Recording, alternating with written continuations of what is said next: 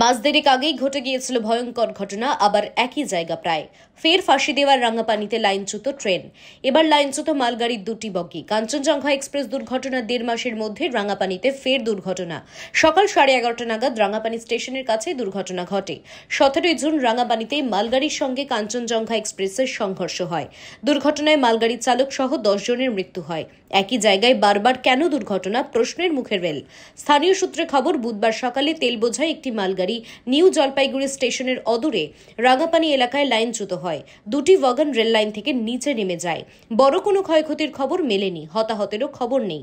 কিন্তু 1.৫ মাস আগে ওই জায়গায় কাঞ্চনজঙ্ঘা এক্সপ্রেস দুর্ঘটনা এবং মঙ্গলবার ঝাড়খণ্ডে হাওড়া মুম্বাই মেলের দুর্ঘটনার প্রেক্ষিতে এই বেলাইনের ঘটনা তাৎপর্যপূর্ণ।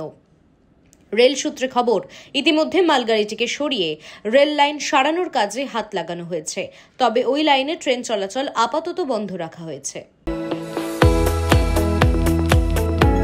আপনারা দেখছেন ইউএন লাইভ, বাংলা খবরের শেষ কথা।